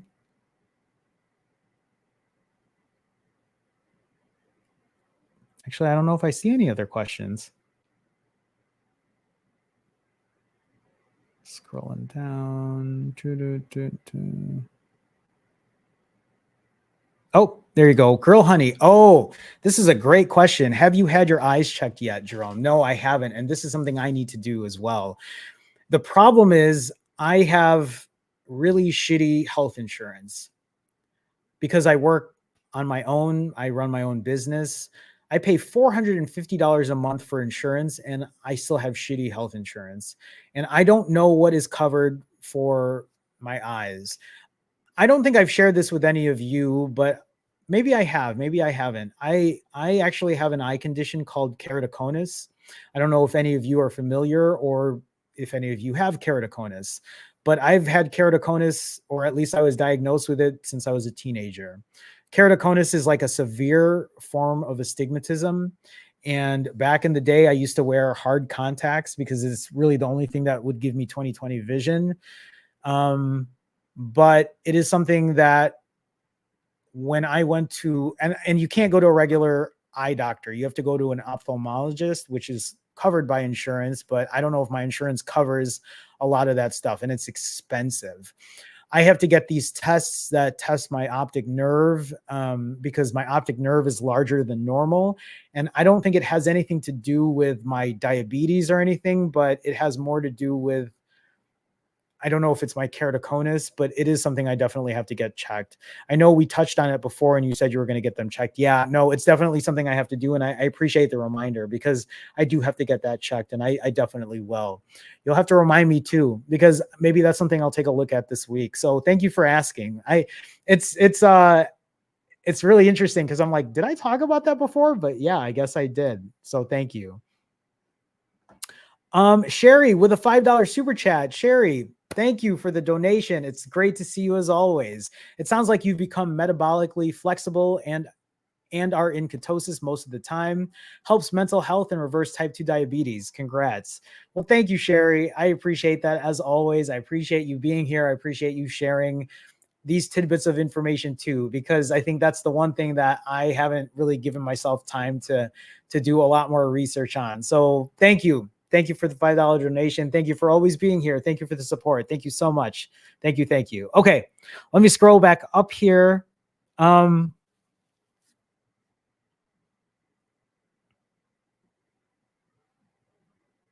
I lose my place so easily. And you know what? I think I found a different way to maybe, it's fine. I think I figured a better way out to not lose my place. Chrissy asks, has your eyesight improved at all after so much fasting? I think the answer to this for me is no. I really don't think it has. I've heard about this before. I've heard people talk about this, but I don't know if mine has. Mine has become so blurry over the last year. You know what though? I will say that when my diabetes, when my blood sugar was out of control, I think my eyesight definitely was different. There were some days where my eyes felt worse than others. Like it just felt really off. Like it felt like one of my eyes or both of my eyes just had really poor eyesight. And I know once I got my blood sugar under control, it stopped happening. I mean, I still have really bad vision, but I actually haven't had I don't think I've had my eye, like my, what's that called? The eye level, the eye, the strength of my eyes or whatever. The prescription hasn't changed in some time. It's been pretty stable, but I haven't been back in 3 years. And I do know it probably has gotten worse over time and I need to get that checked. So that's all I can share, Chrissy. Hopefully some of that was helpful at least. Okay. Next question, Mr. VO. Hi, Mr. VO. Nice to see you. J-Man, do you have an America's Best Contacts and Lenses? I think we do. I think there's some here. I've heard of it. I've seen commercials, so we definitely do. I don't know if we have them here in Chicago. I know we probably have them in the suburbs, but maybe we do. $100 gets you an eye exam and glasses. That's without insurance. Thank you for sharing that. The thing is, I can't get a proper eye exam because of my keratoconus. So it works a little differently for me. The way that I have to get my eye exam done, it works a little differently, I think, with my keratoconus, but I could be wrong. Maybe that's something I'll double check, but thank you for that, Mr. VO, because I currently don't have dental insurance and I just went to the dentist. What day did I go to the dentist this week? Tuesday. I went to the dentist this week. It was $160 to get my teeth cleaned. So damn expensive. And they literally spent 25 minutes doing it. It just sucks. I wish I had proper health insurance, and it just sucks having to pay so much just to get even like a teeth cleaning. But Mr. VO, I'll definitely take a look at that. So thank you so much. I appreciate that. Okay. Oh, that Pie Life has another question. I completed an 88-hour fast and found hard to fall asleep on the last day of the fast. How do you deal with the night hunger pains?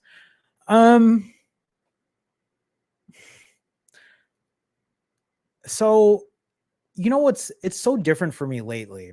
Lately, I don't find myself having hunger pangs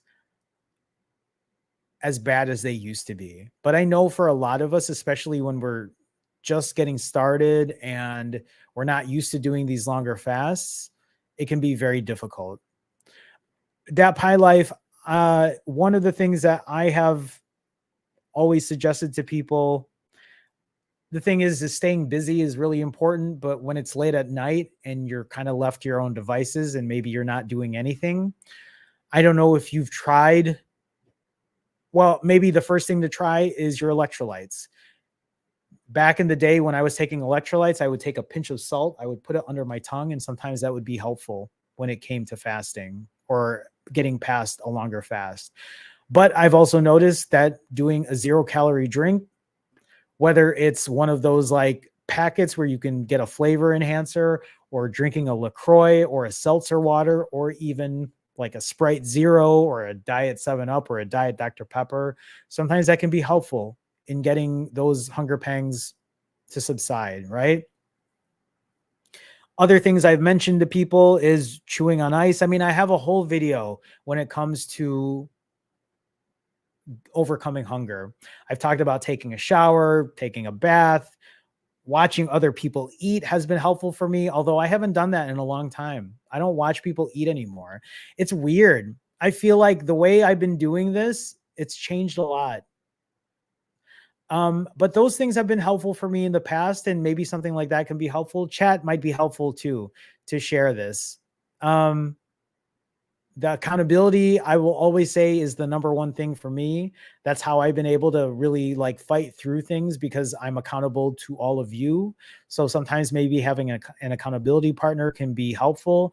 Maybe a coaching session might be helpful, especially on those days you're doing longer fasts. But again, these are just some things to recommend and see if they might be helpful. Oh, one other thing that I've talked to other people about too is, have you ever considered or thought of actually timing how long you are hungry for?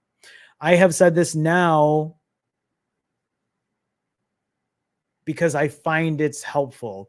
Sometimes I've noticed if I time how long I'm hungry for, sometimes it's only 5 minutes. Sometimes it's 15 minutes.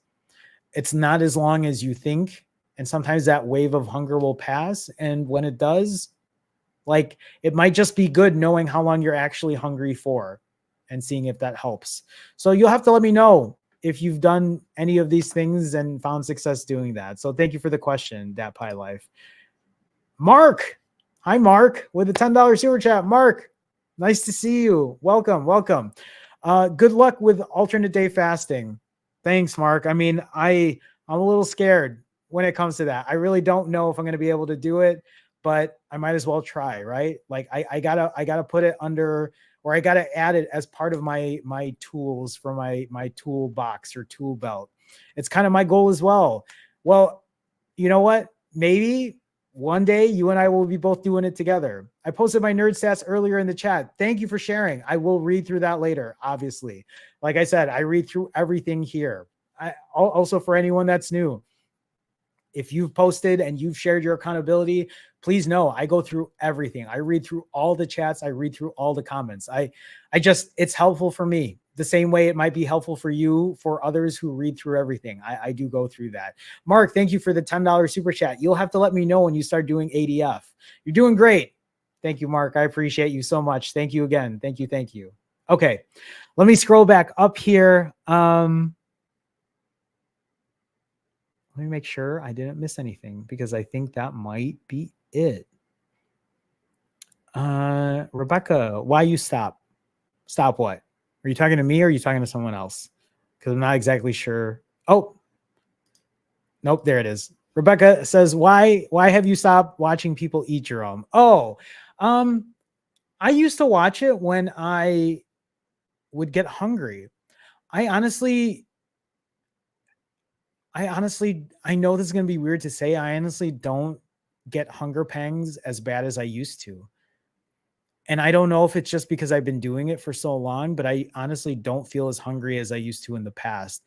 And I used to watch people eat a lot because it helped me get through feeling hungry. And because I don't feel that way as often, I really don't. It's weird, right? Here's the other scary thing, though. As I start doing ADF, that means I get to eat more often. And when I get to eat more often, there is part of me that's a little scared that eating more often is going to activate or turn on feeling hungry more. And that is not a feeling I really want. I like the fact that I can be 2 days fasted and I don't even think about hunger. I don't think about eating. And now doing these ADFs, or at least mixing them in, doing a 42 and then a 65 and then a 42 and a 65, that might bring up new issues, but I don't know what that's going to be like. So we'll see. We'll see.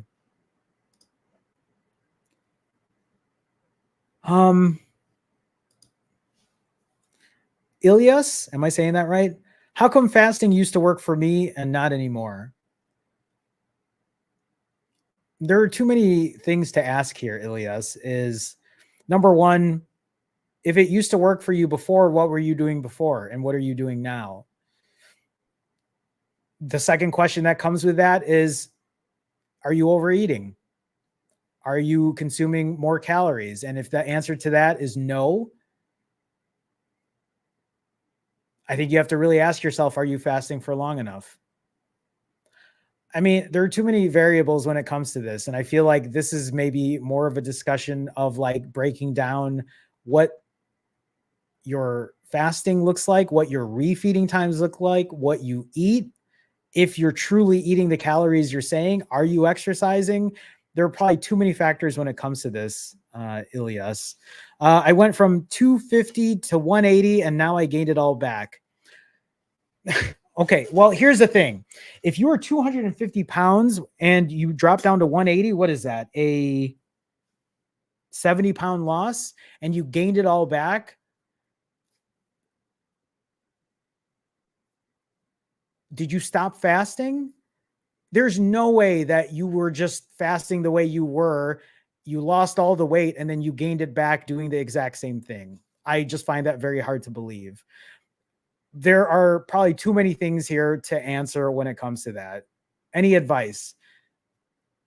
I already said it. What were your fasting lengths? Were you truly, what were you eating?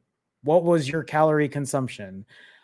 There's no way you lost 70 pounds and then gained it all back if you were doing the exact same thing to lose those 70 pounds. At least that would be my assumption. But there's probably too much that might be into that to really answer that question there. Thank you though for the question. Jess, hi Jess. Is it normal for cholesterol levels to go what when fasting? I did ADF for about a month and got my blood work and my cholesterol was very high. The bad cholesterol, not the good. Jess, I probably won't be able to answer this question. I don't know too much about it to really give you a proper answer. I will leave this to chat, but I will also leave it to people in the comments who watch this later to maybe help you answer this. All I know is my numbers, because I just had my blood work done about a month ago. And when I got my numbers back, everything was in the green. Everything was normal, right? So I don't really know. I think many of you have seen how I eat, and I pretty much eat what I want. I eat 6,000 calories. I fast for 65 hours or 90 hours, and I eat 6,000 calories or more. So I'm not exactly sure. I think this might have to be answered with what your diet was like, how you were eating. Did you lose weight during ADF? I mean, again, too many variables here. I feel like some of these questions are better suited for longer conversations or with more info being provided. So sorry, Jess, but hopefully somebody in chat can help you as well. And you know what? Maybe provide some of those questions I asked with answers, and maybe chat might be able to help you out with that as well. So thank you though for the question. Val with a $5 super chat. Hi, Val. I feel like it's been a minute. Where have you been? Where's your accountability? I'm just kidding. Hi, Val. Jerome, my starting weight, 175, July 1st. On August 1, I was 157.5. Wow. Almost 20 pounds, right? Val, congrats on the almost 20-pound weight loss. Went on vacation for a week, came back 167 pounds. So what? You put on about 10 pounds in a week. And you and I both know it's not 10 pounds of fat. You know that you can get most of that off. So Congrats on your progress. Not bad. Got to get back to where I was. Let's fucking go. Let's fucking go, Val. You'll have to keep me posted. Hopefully you had a great vacation. Also remember, it's not 10 pounds of fat. You and I both know that. Val, thank you for the $5 super chat. It's nice to see you as always. Nice to see you as always. Thank you. Thank you for the support. Thank you for being here. Appreciate you as always. Okay. Let me scroll down. Ilyas says, I did stop fasting, but when I go back to it, it feels like it's not as effective. I used to do OMAD and OMAD doesn't work for me. It feels like anymore. So I guess my first question to you is, why did you stop fasting? Did you have a plan after you lost all that weight, or did you kind of just get back into your old habits, old routine? If you feel like it's not as effective, I mean, to be honest with you, that could also be in your head. Sometimes, right? Actually, I was just talking to someone about this today on a coaching session. Sometimes when we eat, we think we're eating X amount of calories when really we're not. And that's where I talk about being honest with yourself. You might be lying to yourself about how much you're actually eating. Maybe you are overeating. Maybe that's the issue. I'm not saying you're lying. I'm not saying that's the case either. But like, without actually knowing what your diet was like prior and what it's like now, that might be something you have to really consider, right? Maybe you're just getting older. Maybe that's just the harder part. Although I'm 43. I don't know how old you are, Ilyas, but I'm 43. I thought that surely my metabolism wasn't going to be as effective, but I lost 80 pounds faster than I've ever lost weight in my entire life of losing weight, right? So you might have to kind of like actually start paying more attention to how long you're fasting for or what you're eating. And I'm going to say this, something's got to give, right? It's one or the other. If you don't think you're losing enough weight or you're not losing it fast enough, something's got to give. You either got to fast longer or you got to eat cleaner, right? I don't know what that's going to be like for you. You're going to have to play around with that. I mean, here's the thing. If you're like, well, I don't want to fast longer. I don't want to clean up my diet more. It used to be, stop thinking about what it used to be like. There are so many people that come to me and they say, I don't know why I can't fast for as long as I did before. I used to do this. I used to do. Why are you harping on the past, right? Just do what you can now. I mean, it's like reliving high school days for that athlete. Not that I was an athlete in high school, because I was not.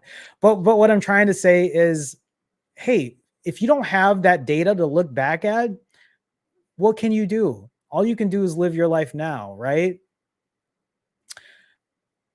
There's a reason I was fasting for 4 days. One, because I wanted to lose the weight quickly, but two, it's also because I wanted to eat whatever I wanted to eat. So I took that sacrifice.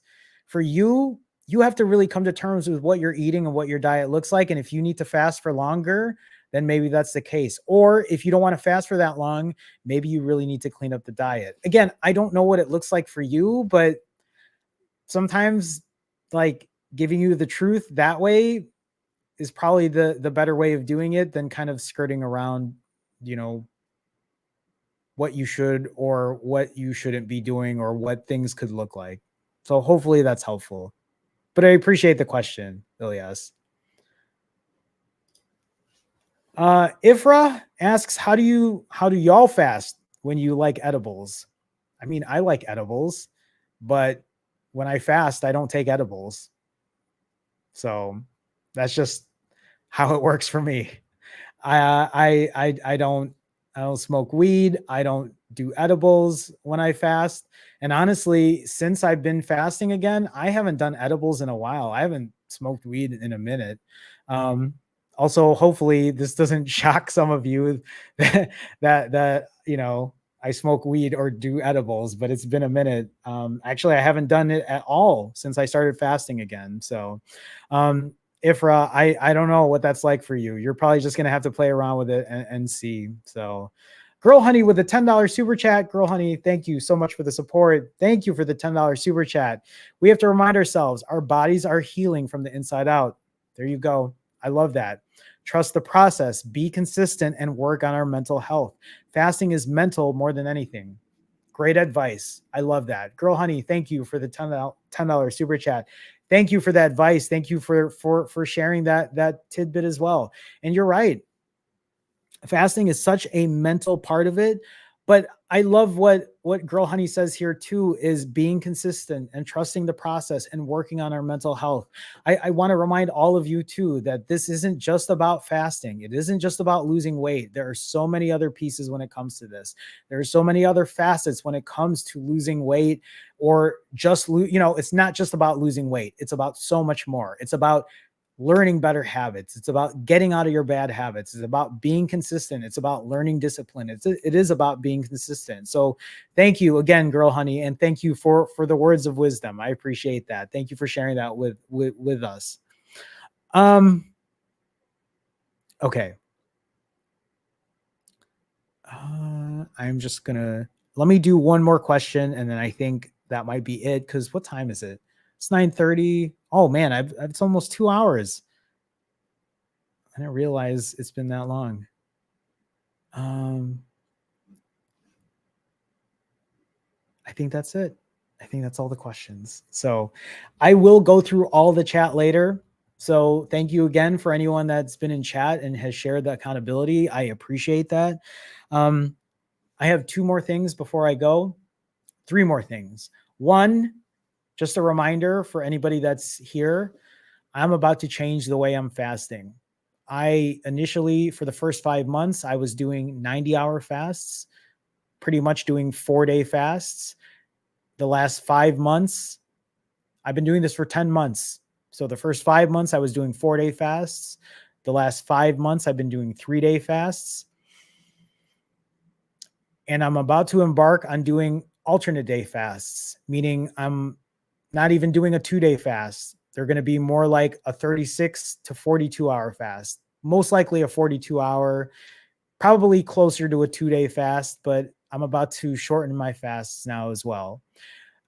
They're not always going to be 42-hour fasts. I'm about to alternate my fasting schedule.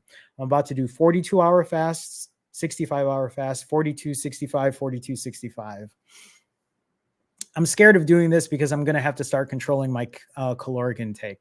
I'm about to have to scale down on the way I eat and how much I eat. And a big part of me is scared to do that because the diet is the hardest part for me, but I want to be better. I want to not fast as long anyway. And I want to work on my diet part. And it doesn't mean I'm going to do this forever. Things might change. I have to be very aware of my weight and make sure it doesn't trend upwards. So that's something I'm going to have to think about as well. But that is a big part of what I'm doing when it comes to change. And I look forward to taking you all on this journey on seeing what this is like. If there are many of you here, or if there are some of you here that do alternate day fasting, you're about to have someone else to do it with you. So maybe you might be excited knowing that somebody's going to be doing these alternate day fasts with you. They're not going to be every single time because they're going to be a 42 and then a 65, but I get to hashtag ADF because now I'm going to be doing alternate day fasts as well. So that's number one. Number two, I want to remind you all that your current weight, the weight you step on the scale, whatever that weight shows, I want to remind you that it does not define you. The weight on the scale does not define you. I'm going to say that one more time. The weight on the scale doesn't define you. Whatever that number says on the scale, that doesn't mean that that's what your worth is. Do not value your worth on the weight on the scale. I know it's hard. I know it's hard to maybe step on that scale and then devalue yourself, but I want to remind you that when you're on this journey, fuck what the scale says. Use it as a data point. Don't look at it as the end all be all. Look at your non-scale victories. How do your clothes fit? What are your measurements like? Are you sleeping better? Are you less fatigued? Look at all the positives when it comes to your journey. The scale doesn't have to go down all the time. It doesn't. And for people who have control issues when it comes to food and eating, that scale is probably going to go up and down until you figure that part out. It's not going to be an easy ride. It's not going to be an easy journey, but we're all here for it, right? Don't let the scale mess with your head. Don't let the number on the scale devalue your worth. The last thing, you're not alone. You are not alone. Look at all the people that are in here right now, sharing where they're at, what they're doing, encouraging each other, helping people answer questions, helping people be more knowledgeable when it comes to fasting or health and wellness and journey. You're not alone on this journey. I'm here with you. I'm here fasting with you. I might not be on the longest fast right now. I might be ending earlier than I typically do, but I'm still fasting with you, right? I'm on a 23 and a half hour fast. I'm not eating today. I'm fasting throughout the day tomorrow. So you're not alone when it comes to this. If you're here and you're like, why me? Why do I have to do this? Why do I have to fast? Why is this the only thing that works for me? Listen, me too, right? And probably many other people who are in here right now feeling the same way. You're not alone. You're not alone on this journey. When you feel like you can't do it, think to yourself, Jerome's doing it. Jerome's been doing it for 10 months. Let's not forget, I was doing 4-day fasts for 5 months consecutively, back to back to back to back. 5 months in a row, I was doing 4-day fasts. 4-day fast, 4.5 hour refeed. 4-day fast, 4.5 hour refeed. 4-day fast, 4.5 hour refeed. I've done the work. I've put the work in. I continue to do the work. I'm not going anywhere. You're not alone on this journey. All right. Thank you, everyone, for coming by today. Thank you for everyone who super chatted. Thank you for those who became part of the Finally Fasting fam. Thank you for anyone who's been here sharing their accountability, sharing what maybe they can't share with other people in chat. That takes a lot. And that's why I really covet this space. That's why I think it's very important that this space is a safe space for all of us. I do think that should continue to be that way. That's why I don't tolerate bullshit in here, because I want us to feel safe with what we're sharing and what we're going through. Thank you for being on this journey with me. I hope you all know that I read all the comments because I want to make sure that you're on your journey as well, that you are being supported, that you feel like this is a community, that people are here for you as well. That's it. Tomorrow I refeed. I do a 42-hour fast, which feels really weird, really weird. And then I'll be doing a 65, and then I'll do another 42, and then a 65 and a 42. And you'll get to see what that journey's like. So stay tuned for that. Otherwise, that's it from me. I will see all of you soon. Thank you. All right. Have a good one. I hope you all enjoyed your weekend, and I will see you all soon. Take care. Bye now.